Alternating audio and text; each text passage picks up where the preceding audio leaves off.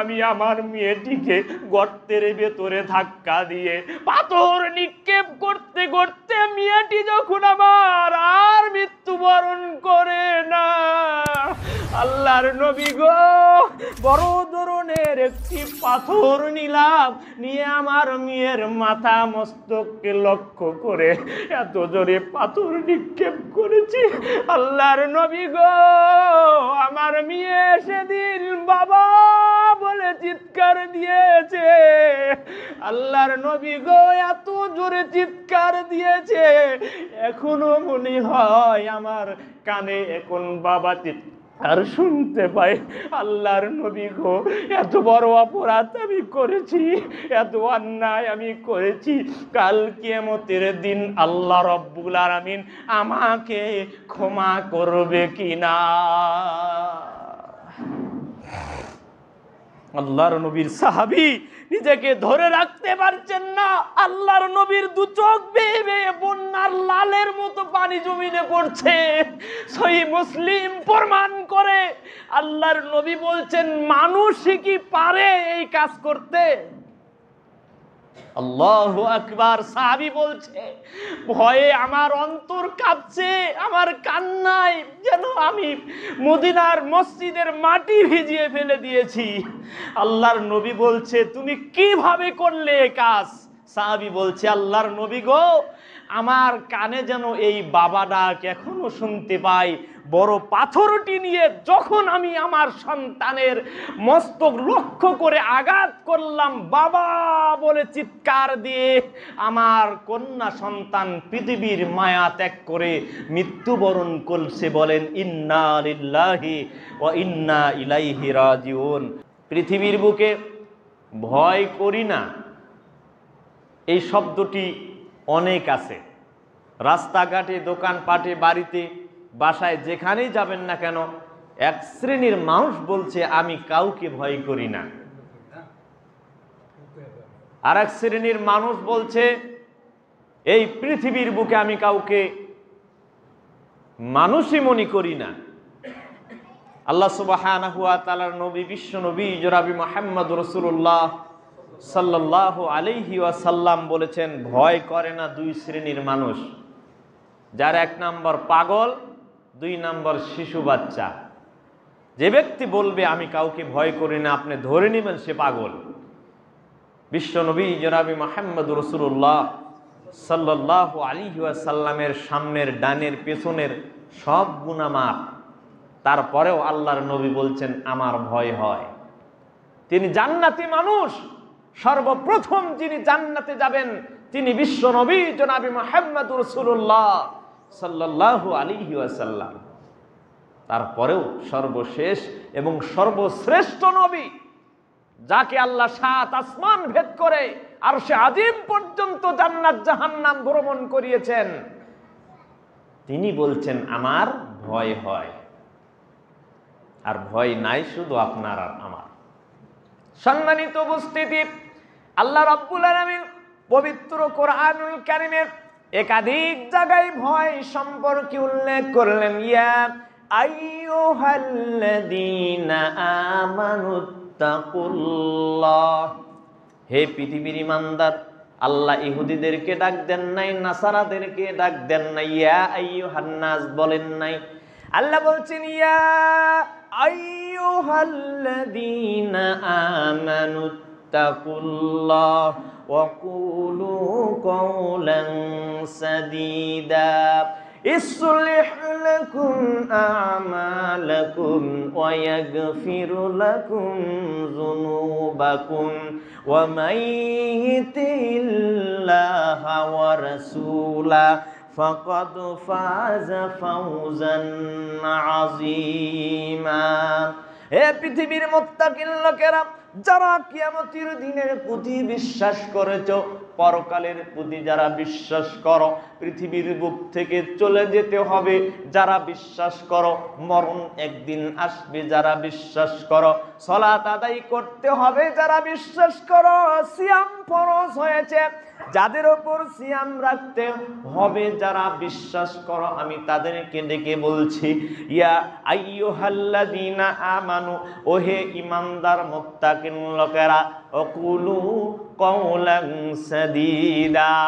এই ইমানদার মুত্তাকিন লোকেরা, যখন তোমরা কথা বলবে সদা সত্য কথা বলবে, কখনো মিথ্যা কথা বলবে না। যদি সত্য বলো তাহলে পুরস্কার রয়েছে তিনটি। ইসলিহ লাকুম আমালাকুম, আল্লাহ তোমার জীবনে যতগুলো পাপ করেছো, যতগুলো নেকি করেছো, আল্লাহ রাব্বুল আলামিন সমস্ত নেকিকে সংশোধন করে দিবে। বলেন সুবহানাল্লাহ। যদি সত্য কথা বলো, ইসলিহ লাকুম আমালাকুম, আল্লাহ তোমার জীবনের সমস্ত আমলকে টিক চিহ্ন দিয়ে সংশোধন করবে। বলেন সুবহানাল্লাহ। ওয়া ইয়াগফিরু লাকুম যুনুবাকুম আল্লাহু গফুরুর রহিম। শুধু আমল সংশোধন নয়, আল্লাহ বলছেন তোমার জীবনে যত পাপ করেছো, আমি রব্বুল আলামিন তোমার সমস্ত পাপকে ক্ষমা করে দিব। বলেন সুবহানাল্লাহ। সত্য কথা বলো, সত্যের উপর যদি থাকো, আমি আল্লাহ তোমার আমল সংশোধন করে ক্ষান্ত হব না, তোমার জীবনের সমস্ত পাপ আমি আল্লাহ ক্ষমা করে দিব। আল্লাহু গফুর রহিম, আল্লাহ ক্ষমাশীল দয়ালু। পৃথিবীর মানুষদেরকে আল্লাহ ক্ষমা করার জন্যই বসে রয়েছেন। কখন বান্দা আল্লাহকে রব বলে ডাক দিবে? কোরআন খুলুন, হাদিস খুলুন, যত দোয়ায় আপনি পড়বেন, দোয়ার শুরুতে দেখেন রব আছে। রব্বানা আতিনা, রব্বানা যালামনা, রব্বানা ফাগফিরনা, রব্বানা লা তুযিগ কুলুবানা, রব্বানা হাবলানা, রব্বি হাবলি মিনাস সলিহিন। কেন? আল্লাহ সুবহানাহু ওয়া তাআলা বলছেন আমার নাম রব। রব ধরে পৃথিবীর কোনো মানুষ যদি আমাকে ডাকে, আমি সহ্য করতে পারি না, তার জীবনের সব গুনাহ ক্ষমা করে দেই। সম্মানিত উপস্থিতি, বলছিলাম পবিত্র কোরআনুল কারীম সূরাতুল হুদ খুলে দেখবেন, আল্লাহ রাব্বুল আলামিন পবিত্র কোরআনুল কারীমের সূরাতুল হুদের ভিতরে 25 জন নবীর কথা উল্লেখ করেছে। বলেন সুবহানাল্লাহ। একটি সূরাতেই আল্লাহ 25 জন নবীকে সাইজ করেছেন।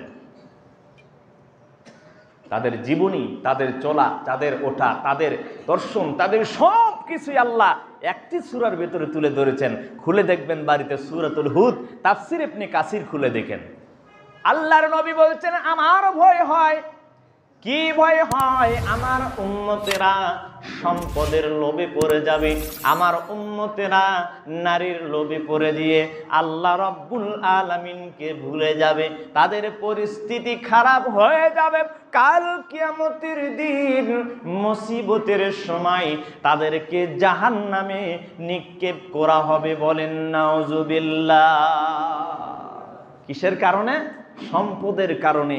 আমার উম্মতেরা সম্পদের লোভে পড়ে যাবে, মায়ায় পড়ে যাবে, সালাত ছেড়ে দিবে, সিয়াম ছেড়ে দিবে, পৃথিবীর বুকে সমস্ত ইবাদত থেকে তারা বঞ্চিত হয়ে যাবে। সম্পদ এবং নারী তাদেরকে ইবাদত থেকে খারিজ করে দিবে। আজকে সে সময় চলে আসছে। কিসের সালাত, কিসের সিয়াম, কিসের ইবাদত, কিসের মসজিদ, কিসের মাদ্রাসা? সবাই সম্পদের পিছে আর নারীর পিছে চলছে। সম্মানিত উপস্থিতি, বিশ্বনবী জনাবে মুহাম্মদ রাসূলুল্লাহ সাল্লাল্লাহু আলাইহি ওয়াসাল্লাম ফজর সালাত পড়ে সাহাবীদেরকে দিকে মুখ করে বললেন, ও আমার সাহাবীরা, কাল কিয়ামতের দিন মুসিবতের সময় যেদিন কায়েম হয়ে যাবে, আল্লাহর জান্নাতের 8টি দরজা থেকে একজন ব্যক্তিকে ডাকা হবে। সেই ব্যক্তিটিকে তোমরা কি জানো? আল্লাহর নবী বলছেন, সাহাবীরা বলছেন, ইয়া রাসূলুল্লাহ, ইয়া হাবিবাল্লাহ, আপনি বলতে পারবেন। আল্লাহর নবী বলছেন, সাহাবীরা শুনে রাখো, সেই ব্যক্তিটা উনি, তিনি হলেন আমাদের মধ্যে প্রথম খলিফা আবু বকর রাদিয়াল্লাহু তাআলা আনহু। বলেন সুবহানাল্লাহ। কাল কিয়ামতের দিন জান্নাতের 8টি দরজা থেকে ডাকা হবে, আবু বকর আমার দিকে আসেন, আবু বকর আমার দিকে আসেন, আবু বকর আমার ভেতর দিয়ে জান্নাতে প্রবেশ করুন। বিশ্বনবী বলেছেন শুধু তাই নয়, ও আমার সাহাবীরা শুনে রাখো, কাল কিয়ামতের দিন পর্যন্ত পৃথিবীর সমস্ত মানুষ, পৃথিবীতে যত মানুষ আদম থেকে কিয়ামত পর্যন্ত আসবে, তত মানুষের জীবনে ইবাদত করে আবু বকরের ওই 3 দিনের একদিনের সমপরিমাণ নেকি অর্জন করতে পারবে না। বলেন সুবহানাল্লাহ। আদম থেকে কিয়ামত পর্যন্ত যত মানুষ পৃথিবীতে আসবে, সমস্ত মানুষের নেকি যদি এক পাল্লায় তুলে দেওয়া হয়, আর আবু বকর রাদিয়াল্লাহু তাআলা আনহুর একদিনের নেকি কয় দিনের? কোন 3 দিনের? 3 দিনের একদিনের। কোন 3 দিনের? যেই 3 দিন আবু বকর রাদিয়াল্লাহু তাআলা আনহু বিশ্ব নবী জনাবে মুহাম্মদুর রাসূলুল্লাহ সাল্লাল্লাহু আলাইহি ওয়াসাল্লামের সাথে হিরা গুহায় ছিলেন। হিসাব করেন, আল্লাহর নবী বলছেন, ও আমার সাথী সঙ্গীরা শুনে রাখো, আদম থেকে নিয়ে কিয়ামত পর্যন্ত যত মানুষ পৃথিবীর বুকে আসবে, সমস্ত মানুষের যত নেকি অর্জন করবে, সব নেকি যদি এক পাল্লায় তুলে দেওয়া হয়, আর আবু বকর রাদিয়াল্লাহু তাআলা আনহুর 3 দিনের একদিনের নেকি যদি এক পাল্লায় তুলে দেওয়া হয়, আবু বকর রাদিয়াল্লাহু তাআলা আনহুর নেকির পাল্লা ভারী হয়ে যাবে। সুবহানাল্লাহ। তাহলে তার কত নেকি। বিশ্বনবী বলছেন, আবু বকর রাদিয়াল্লাহু তাআলা আনহু অনেক জোরে জোরে চিৎকার করে করে কান্নাকাটি করছেন, নিজের বুকে নিজে আঘাত করছেন, আর বলছেন, আবু বকর মুনাফিক, আবু বকর মুনাফিক হয়ে গিয়েছে, আমি আবু বকর মুনাফিক হয়ে গিয়েছি। চিৎকার করে কান্না করেছেন। বিশ্ব নবীর দরবারে এসে উপস্থিত হয়ে গেলেন। আল্লাহর নবী বলছেন, আবু বকর, কেন নিজেকে এত হতাশা মনে করছো, নিজেকে জাহান্নামী মনে করছো? আবু বকর রাদিয়াল্লাহু তাআলা আনহু বলছেন, আল্লাহর নবী গো, বিশ্ব নবী, যখন আপনার বৈঠকে আমি আবু বকর বসে থাকি, তখন জাহান্নামের কথা স্মরণ হয়ে যায়, আমি কান্নাকাটি করি। আপনার স্থান থেকে যখন আমি বাসায় ফিরে যাই, আমি হাসি ঠাট্টায় আমার স্ত্রী পরিবার নিয়ে মেতে যায়। আল্লাহর নবী গো, মনে হয় আমার কোন দিক দিয়ে লিক হয়ে গিয়েছে। ইয়া রাসূলুল্লাহ, ইয়া হাবিবাল্লাহ, আমার ভয় হয়, আমার ভেতরে কলিজাটা যেন কাঁপতেছে। ইয়া রাসূলুল্লাহ, আমার অনেক ভয় হচ্ছে, না জানি আমার সমস্ত আমল নষ্ট হয়ে গিয়েছে। বলেন সুবহানাল্লাহ। এত বড় মাপের একজন মানুষ আবু বকর রাদিয়াল্লাহু তাআলা আনহু, গোটা পৃথিবীর মানুষের আমলের চাইতে একদিনের আমল যার বেশি, তার ভয় হয়। তার কি হয়? আমি বলতে চাচ্ছি, বক্তব্যের বিষয় হলো ভয়। ভয় নাই শুধু আপনার আর আমার, যিনি জান্নাতি মানুষ, পৃথিবীর বুকে আশারায়ে মুবাশশিরা 10 জন মানুষকে আল্লাহ পৃথিবীতেই জান্নাতের সার্টিফিকেট দিয়েছে। বলেন সুবহানাল্লাহ। তার মধ্যে 1 নম্বরে কে? আবু বকর রাদিয়াল্লাহু তাআলা আনহু। দেখেন, জান্নাতি মানুষ হওয়ার পরেও তার দিলে কার ভয়? আল্লাহর ভয়। না জানি আমার আমলের ভিতরে লিক হয়ে গিয়েছে। আল্লাহর নবী, আপনার বৈঠকে যখন আমি বসি, তখন আমি জাহান্নামের ভয়ে কান্নাকাটি করি, আর যখন আপনার এখান থেকে উঠে যাই, তখন আমার কেন জানি আমি স্ত্রী পরিবার নিয়ে হাসি ঠাট্টা করি। আল্লাহর নবী বলছেন, আবু বকর, এর মানেই তোমার আমলে লিক হয়নি। তার মানে তোমার বাড়ি আর যদি আমার বৈঠক সমান হয়ে যায়, তাহলে মানুষ স্ত্রী পরিবারকে, ছেলে মেয়েদেরকে কিভাবে প্রেম ভালোবাসা মায়া মমতা করে দিবে? এটা তো থাকবেই, ভালোবাসা তো থাকবেই। যদি এটা না হয়, তাহলে মানুষ কিভাবে তাদের ছেলে মেয়ে আত্মীয় স্বজনের সাথে প্রেম বিনিময় করবে? সম্মানিত উপস্থিতি, 2 নাম্বার মনে রাখার চেষ্টা করবেন। বিশ্ব নবী বলেছেন, ও আমার সাহাবীরা, লাউ কানা বাদি নাবিয়ান লাকানা ওমর, আমি বিশ্ব নবী, শ্রেষ্ঠ নবী, সর্বশ্রেষ্ঠ নবী, আমার পরে আর কেউ নবী হবেন না। যদি কেউ নবী হতো, লাউ কানা বাদি লাকানা ওমর, ও আমার সাহাবীরা, আল্লাহ রব্বুল আলামিন যদি আমার পরে কাউকে নবী হিসেবে ডিক্লার দিতেন, তিনি হলেন ওমর। ওমরকেই আল্লাহ নবী বানিয়ে দিতেন। বলেন সুবহানাল্লাহ। সম্মানিত উপস্থিতি, বিশ্ব নবীর দরবারে আসমান থেকে একটি চিঠি চলে আসলো। জিবরাইল আলাইহিস সালাতু ওয়াস সালাম একটি চিঠি নিয়ে এসে আল্লাহর নবীর হাতে দিলেন। আল্লাহর নবী গো, এই চিঠির ভিতরে লেখা আছে কে কে মুনাফিক। এই মুনাফিকের লিস্টির চিঠি বিশ্ব নবী হাতে নিলেন এবং হুযায়ফা নামে একজন সাহাবী আছে, হুযায়ফার হাতে আল্লাহর নবী চিঠিটি দিয়ে দিলেন। হুযায়ফা, চিঠিটি রাখো, আগামীকাল সকালবেলা চিঠি খোলা হবে, কে কে মুনাফিক, মুনাফিকদেরকে চিহ্নিত করা হবে। বলেন সুবহানাল্লাহ। আসমান থেকে এসেছে একটি চিঠি, জিবরাইল নিয়ে এসে বিশ্ব নবীর হাতে দিলেন। আল্লাহর নবী, আপনার পিছে সালাত পড়ে, আপনার কাঁধে কাঁধ দিয়ে হাঁটে, এরা মুনাফিক, আপনি এদেরকে চিহ্নিত করে চলাফেরা করুন। এই লিস্ট আসমান থেকে আসলো, আল্লাহর নবীর হাতে দেওয়া হলো। আল্লাহর নবী চিঠিটি হুযায়ফা রাদিয়াল্লাহু তাআলা আনহু একজন সাহাবী, তার হাতে দিলেন। দিয়ে বলছেন, হুযায়ফা, চিঠিটি বাসায় রাখো, আগামীকাল সকালে চিঠি খোলা হবে, কে কে মুনাফিক এটা চিহ্নিত করা হবে। বিশ্ব নবীর সাহাবী, 2 নাম্বার জান্নাতি সাহাবী, দ্বিতীয় খলিফা ওমর রাদিয়াল্লাহু তাআলা আনহু সালাত আদায় করে বাড়িতে গেলেন। আরামের ঘুম ঘুমাবেন, বালিশে মাথা দিয়ে কেন জানি ঘুম হচ্ছে না। ওমর রাদিয়াল্লাহু তাআলা আনহু কিছুক্ষণ পর পর শব্দ করছেন, আহ আহ বলে শব্দ করছেন। আমাদের মধ্যে কোনো মানুষের শরীরে 102-3 ডিগ্রি যদি জ্বর উঠে যায়, মানুষ আহ আহ শব্দ ব্যবহার করে।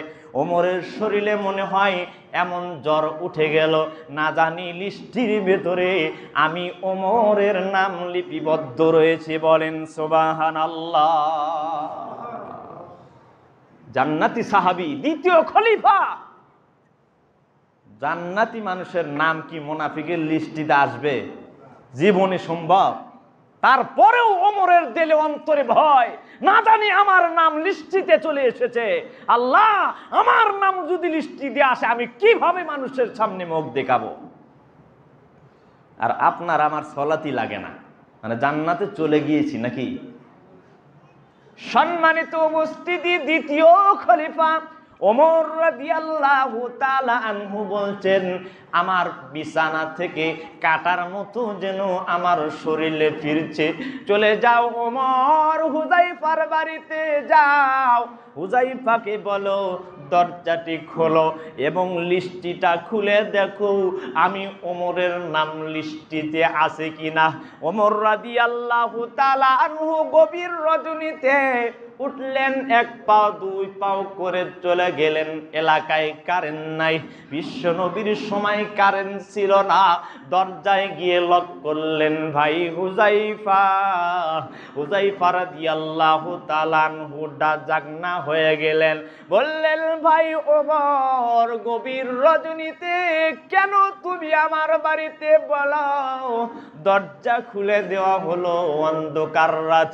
আল্লাহর নবীর সাহাবী ওমর রাদিয়াল্লাহু তাআলা আনহু ডাক দিলেন, ভাই হুযায়ফা, তোমার কুপিটি একটু জ্বালিয়ে দাও, বাতিটি একটু জ্বালিয়ে দাও, চিরাগটা একটু জ্বালিয়ে দাও। হুযায়ফা, লিস্টিতে কার নাম এসেছে দেখার জন্য আমি ওমর তোমার বাড়িতে আসি নাই।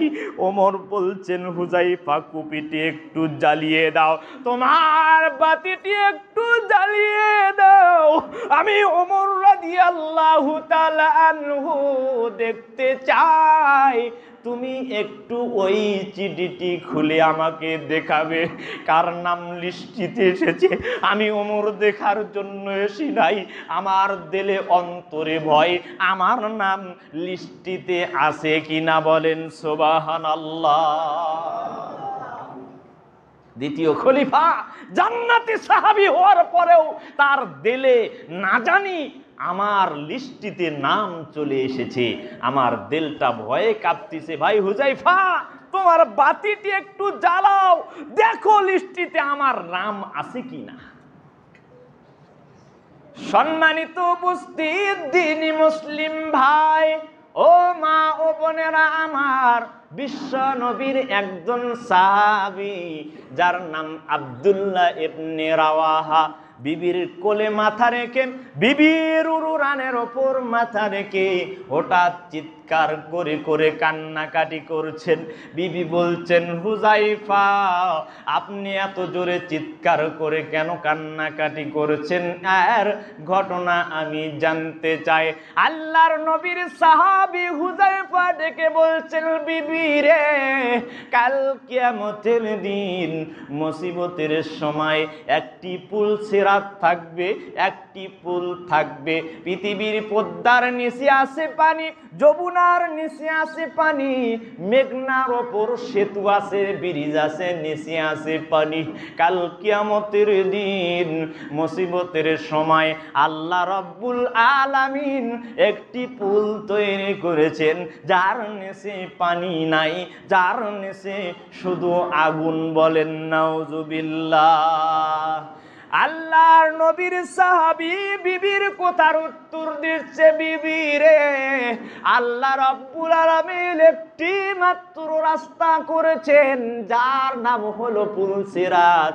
এই পুল সিরাতে শিশু যাবে, এই পুল সিরাতে যুবক যাবে, এই পুল সিরাতে বৃদ্ধ যাবে, এই পুল সিরাতে নারী যাবে, এই পুল সিরাতে বড় বড় মানুষ থেকে বিশ্বের সমস্ত মানুষকে এই পুল সিরাতের ওপর পার হতে হবে।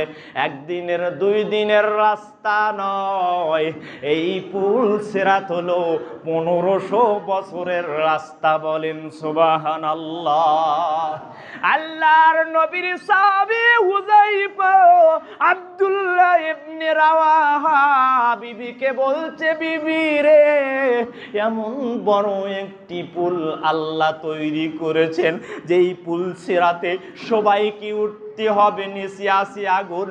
এই পুল সিরাত এত লম্বা রাস্তা, 1500 বছরের রাস্তা, চুলের চাইতে চিকন, তরোয়ালের চাইতে অধিক দাঁড়ানো। যারা বেঈমান, যারা সালাত আদায় করে না, যারা সিয়াম রাখে না, যারা আল্লাহর বিধান মানে না, এই মানুষটি যখন এর ওপর যাবে, কেটে টুকরো টুকরো হয়ে জাহান্নামের আগুনে নিক্ষেপ হবে। বলেন নাউজুবিল্লাহ। আব্দুল্লাহ ইবনে রাওয়াহা বিবির কাছে বলছেন, বিবি রে, আমার এই রাস্তার কথা, আমার এই পুলের কথা স্মরণ হয়ে আমার অন্তরে যেন অনেক ভয় হচ্ছে, কম্পন হচ্ছে, এজন্য এমনিতেই আমার চিৎকার আসছে, জোরে জোরে চিৎকার করে কান্নাকাটি করছি। না জানি আমি আব্দুল্লাহ ইবনে রাওয়াহার অবস্থা কি হয়, এই 1500 বছরের রাস্তা আমি কিভাবে পার হব। ভয় নাই শুধু আপনার আর আমার, অন্তরে কোনোই ভয় নাই। ভয় যদি হতো তাহলে ফজরের সালাতে এক কাতার দেড় কাতার লোক কেন? সবাই বাড়িতে পড়ে থেকে ঘুমাচ্ছি, আমার কোনোই ভয় নাই, টেনশন নাই। আর আমাদের 2-3 বার রাত্রে জাগনা হয়, না জানি ফজরের সময় চলে যায়। আর আমাদের বাংলাদেশের অধিকাংশ মসজিদের কমিটির নীতি হলো, নিজে নামাজ পড়ুক আর না করুক, ফজরে আসুক আর না আসুক, হুজুর যদি একদিন না আসে তো খবর আছে। আপনার নরসিংদী নারায়ণগঞ্জই একদিনের অভিজ্ঞতা নাই, দীর্ঘ 14-15 বছর 16 বছর রানিং এই আপনাদের উত্তর অঞ্চলের মধ্যে আছি আলহামদুলিল্লাহ। অনেক ইমামের ইমামতি সাহেব, টাঙ্কির সুইচ ছাড়ছে মজ্জিন সাহেব,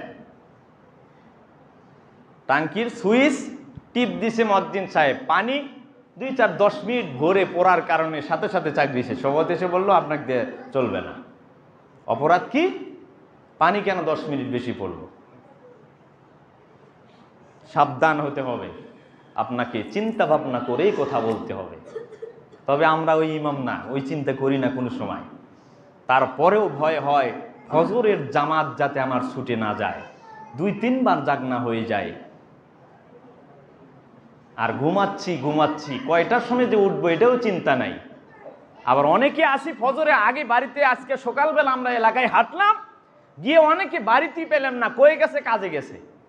মানে ফজরের আগিয়ে চলে যায় কাজে, অথচ এ জানে না, ব্যাককল আক্কল জ্ঞান কিছুই নাই। আরে বোকা, তুমি যদি 5 ওয়াক্ত সালাত পড়ে ফজরের সালাত মসজিদে পড়ে যাও, যেই টাকা ইনকাম করবে, না পড়ে গেলে একই টাকা তো ইনকাম হবে। পৃথিবী সৃষ্টির 50,000 বছর পূর্বে তুমি কি খাবে, কি পড়বে, এটা তো আগেরই লেখা। পক্ষান্তরে যদি তুমি সালাত আদায় করে যেতে, তাহলে টাকাটা হালাল হতো। 10 টাকা 10 টাকাই, সালাত পড়লেও 10 টাকা, সালাত না পড়লেও 10 টাকা। তাহলে তুমি সালাত পড়ে যাও, তাহলে টাকাটা কি হয়ে গেল, হালাল হয়ে গেল। এই টাকা এনে তোমার স্ত্রী, পরিবার, ছেলে মেয়েদেরকে খাওয়াচ্ছ। যত মা উপস্থিত হয়েছেন, আপনার স্বামী যদি সালাত না পড়ে, এই টাকা খাওয়া আপনার জন্য হারাম, এই বাড়িতে থাকা আপনার জন্য হারাম। যে স্বামী সালাত পড়েন না, এই স্বামীর সাথে সংসার করা আপনার জন্য হারাম। একাধিক ফতুয়া, বুখারী, মুসলিম, তিরমিজি, নাসাই, আবু দাউদ খুলে দেখুন। যারা সালাত আদায় করে তার তো মুসলমানই থাকে না। আর আপনি সালাত করেন, আপনি মুসলমান। মুসলমান আর কাফেরের সাথে বিয়ে হয়? বাদ বিয়ে। যাকে দিকে যাচ্ছি না ফতুয়ার দিকে, বড় বড় আলেম ওলামার থেকে ফতুয়া নিবেন। আমরা যেটা বলতে চাচ্ছিলাম সেটা হলো, অবশ্যই সালাত আদায় করতে হবে। বিশ্ব নবী জনাবে মুহাম্মদ রাসূলুল্লাহ সাল্লাল্লাহু আলাইহি ওয়াসাল্লামের ঘনিষ্ঠ সাহাবী আব্দুল্লাহ ইবনে রাওয়াহার অন্তরে কার ভয়? আল্লাহর ভয়। ভয় নাই শুধু আপনার আর আমার। সম্মানিত মা ও বোনেরা আমার, কানটা খাড়া করে দিবেন। বিশ্ব নবী জনাবে মুহাম্মদ রাসূলুল্লাহ সাল্লাল্লাহু আলাইহি ওয়াসাল্লামের মেয়ে ফাতিমা রাদিয়াল্লাহু তাআলা আনহা ডেকে বলছেন, আলী, আমি যদি পৃথিবীর বুক থেকে মৃত্যুবরণ করি, পৃথিবীর সমস্ত মানুষ আমাকে দেখবে, এটা আমার ভয়। আল্লাহর কাছে কি জবাব দিব? আমাকে যদি সাহাবীরা দেখে, আমার লাশটা তারা আন্দাজ করবে।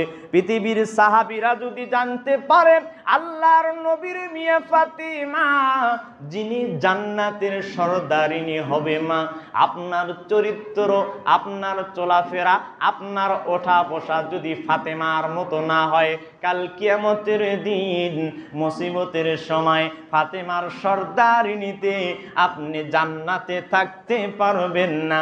আপনার স্থান হবে আল্লাহর জাহান্নাম। বলেন নাউজুবিল্লাহ।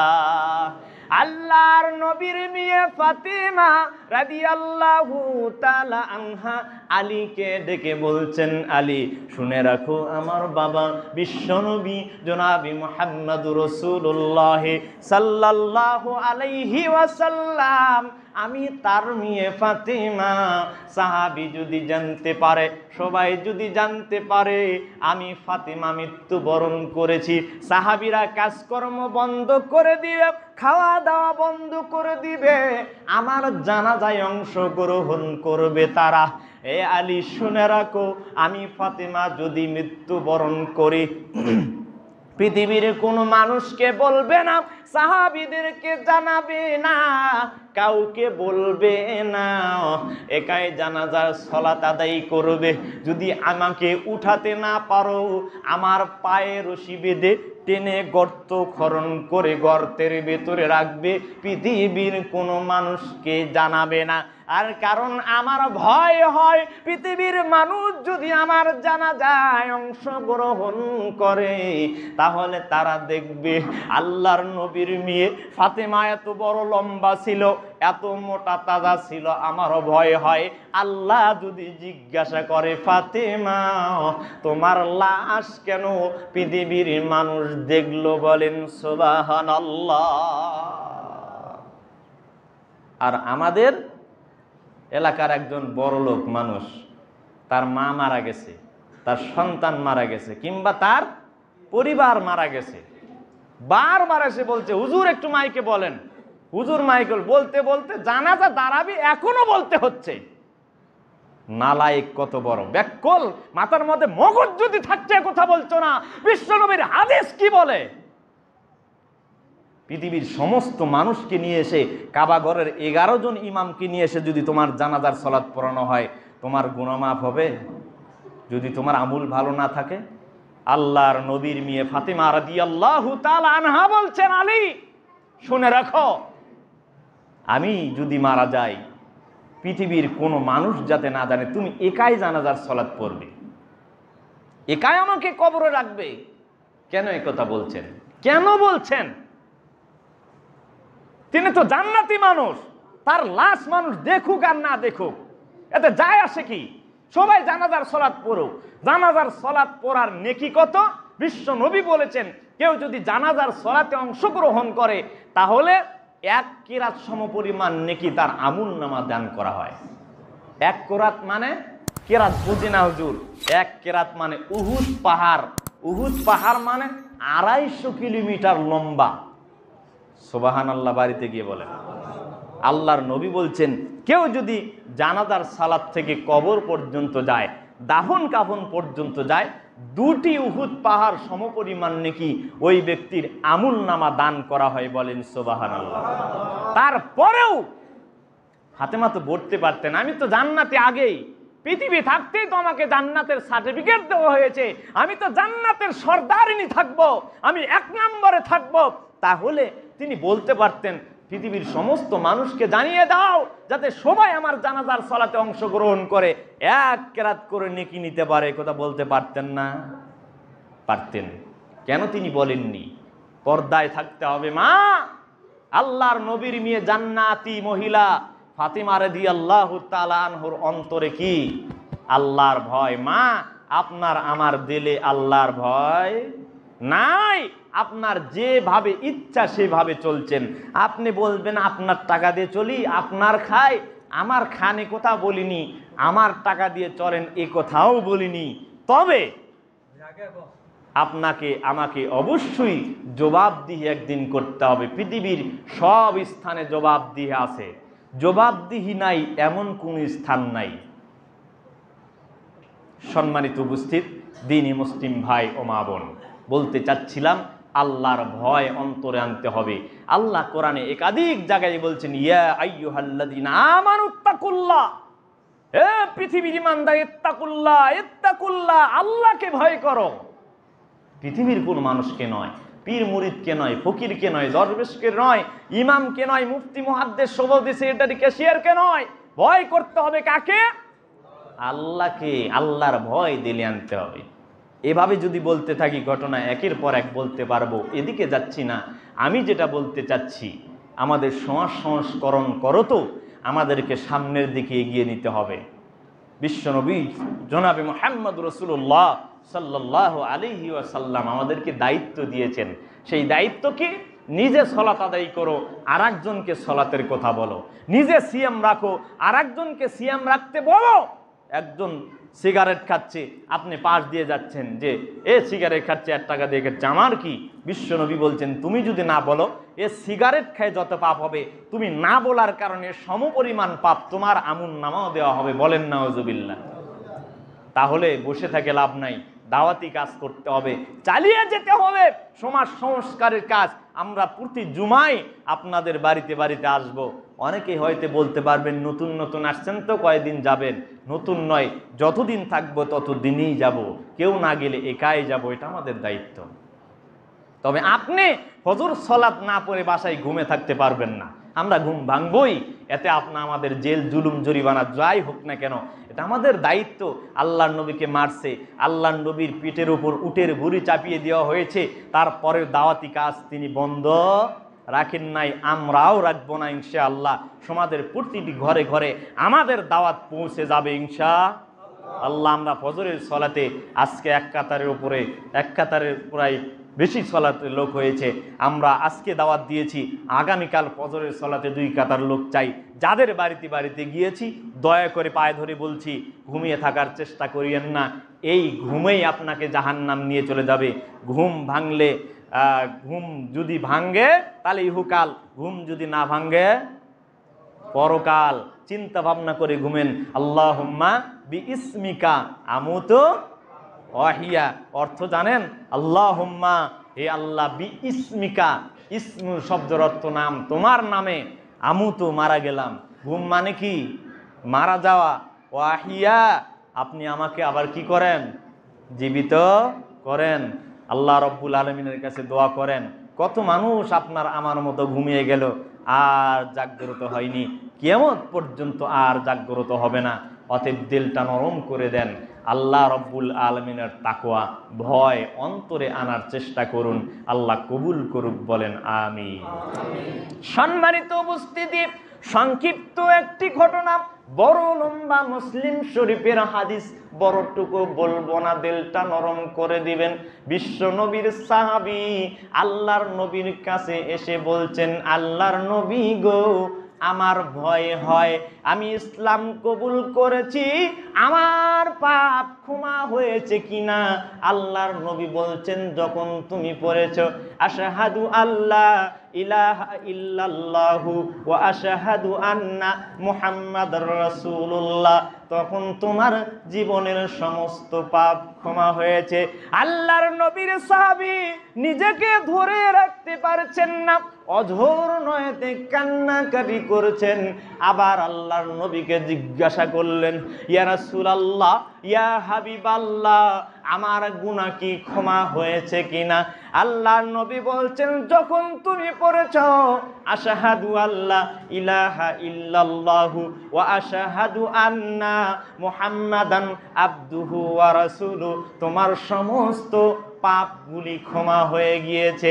সাহাবী আরো জোরে জোরে চিৎকার করে কান্নাকাটি করছেন, আল্লাহর নবীকে বলছেন, নবী গো, এমন বড় অপরাধ অন্যায় আমি করেছি, আমার মনে হয় আমার পাপ ক্ষমা হয় নাই।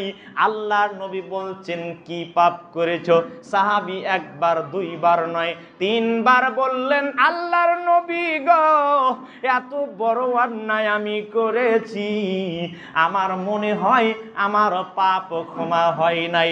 আল্লাহর নবী ডেকে বলছেন, সাহাবী, তুমি যখন পড়েছো আশহাদু আল্লা ইলাহা ইল্লাল্লাহু ওয়া আশহাদু আন্না মুহাম্মাদান আবদুহু ওয়া রাসূলুহু, সাথে সাথে আল্লাহ তোমার জীবনের সমস্ত পাপ ক্ষমা করে দিয়েছি, বলেন সুবহানাল্লাহ। আল্লাহর নবীর সাহাবী ডেকে বলছেন, নবী গো, কত বড় অপরাধ আমি করেছি, একটু কান দিয়ে শুনবেন। আল্লাহর নবীর সাহাবী বলছেন, নবী গো, এমন একটি জামানা, এমন একটি সময় ছিল যেদিন কন্যা সন্তান পৃথিবীতে জন্ম নেওয়া ছিল অপরাধ।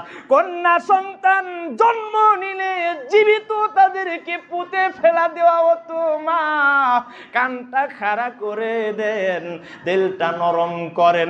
আল্লাহর নবী বলেছেন, সাহাবী বলছেন, ইয়া রাসূলুল্লাহ, ইয়া হাবিবাল্লাহ, আমি যখন দূরে কাজ করে শুনতে পেলাম আমার পরিবারের গর্ভে সন্তান জন্মগ্রহণ করবে, আমি আমার পরিবারকে বলে দিলাম, যদি ছেলে সন্তান জন্ম হয় রেখে দিবে, আর যদি মেয়ে সন্তান জন্ম হয় জীবিত কবর দিয়ে দিবে।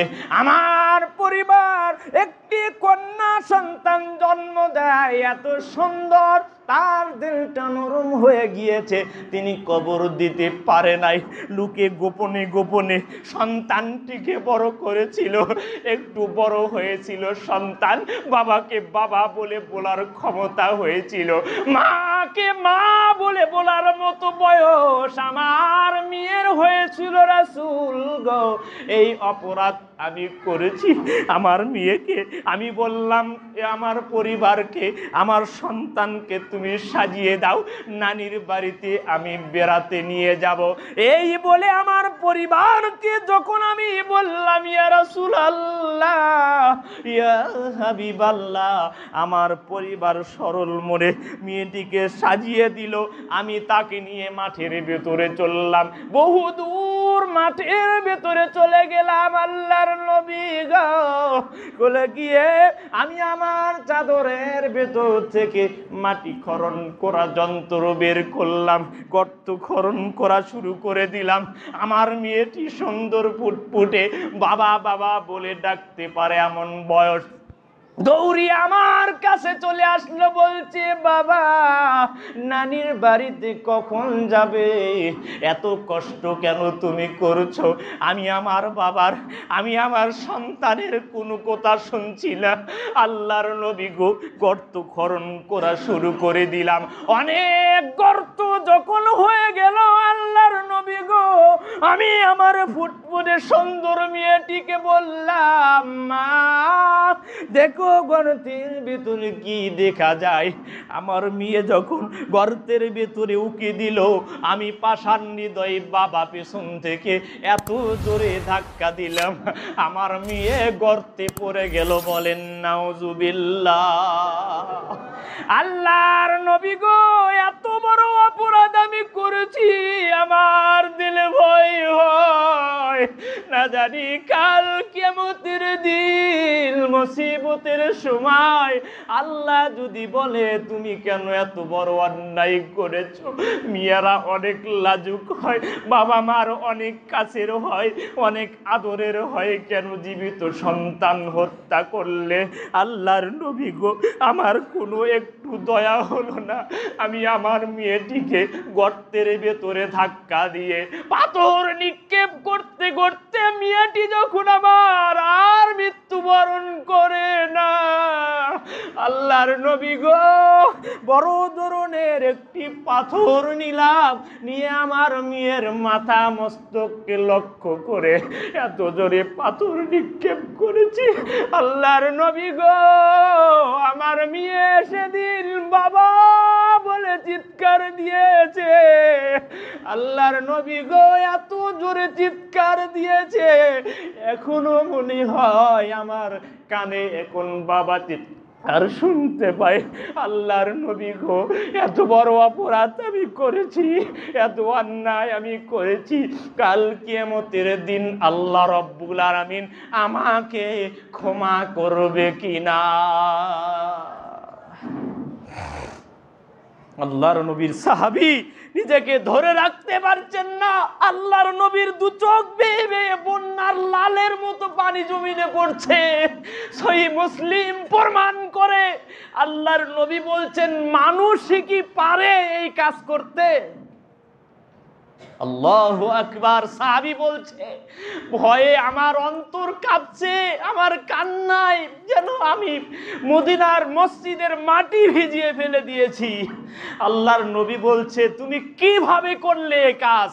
সাহাবী বলছে, আল্লাহর নবী গো, আমার কানে যেন এই বাবা ডাক এখনো শুনতে পাই। বড় পাথরটি নিয়ে যখন আমি আমার সন্তানের মস্তক লক্ষ্য করে আঘাত করলাম, বাবা বলে চিৎকার দিয়ে আমার কন্যা সন্তান পৃথিবীর মায়া ত্যাগ করে মৃত্যুবরণ করছে। বলেন ইন্না লিল্লাহি ওয়া ইন্না ইলাইহি রাজিউন।